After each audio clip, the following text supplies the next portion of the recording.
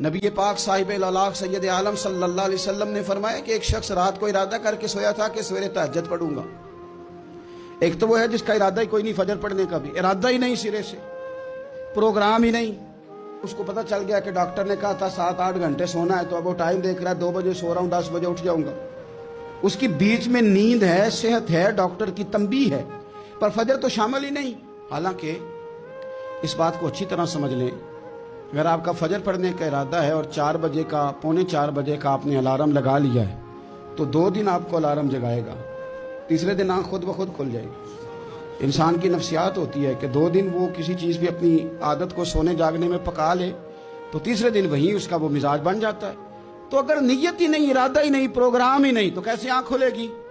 بلکہ پھر تو یہ ہوتا ہے کئی دفعہ آنکھ کھل بھی جاتی ہے، بندے اٹھ بھی جاتے ہیں پر اٹھتے ہی نہیں، نماز کا وضو ہی نہیں کرتے، آگے بڑھتے ہی نہیں، ہمت ہی نہیں کرتے۔ لیکن حضور کیا فرما رہے ہیں؟ کریم محبوب علیہ السلام فرمانے لگے جس کا تہجد پڑھنے کا ارادہ تھا لیکن نیند غالب آ گئی، اٹھ نہیں سکا۔ حضور فرماتے ہیں نیند تو اب اس نے پوری کر ہی لی ہے نا، پر ارادہ تھا تہجد پڑھنے کا۔ تو محبوب فرماتے ہیں نیند رب کی طرف سے صدقہ ہو گئی اور تہجد کا بھی اللہ نے ثواب عطا فرما دیا۔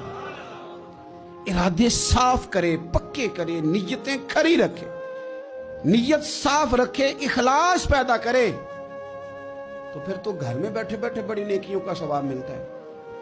پھر تو اپنے گھر کے اندر موجود رہنے پر بھی اس سے بڑے بڑے لمبے سفروں کا ثواب ملتا ہے۔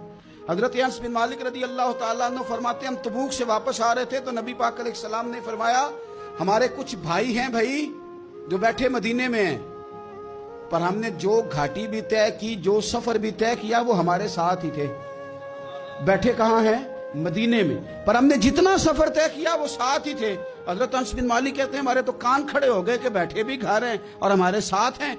حضور سید عالم علیہ السلام نے پھر بات کو کھولا اور فرمایا وہ جان بوجھ کے نہیں بیٹھے رہے، ارادہ ان کا پکا تھا ہمارے ساتھ آنے کا، لیکن کسی مجبوری کی وجہ سے نہیں آ سکے۔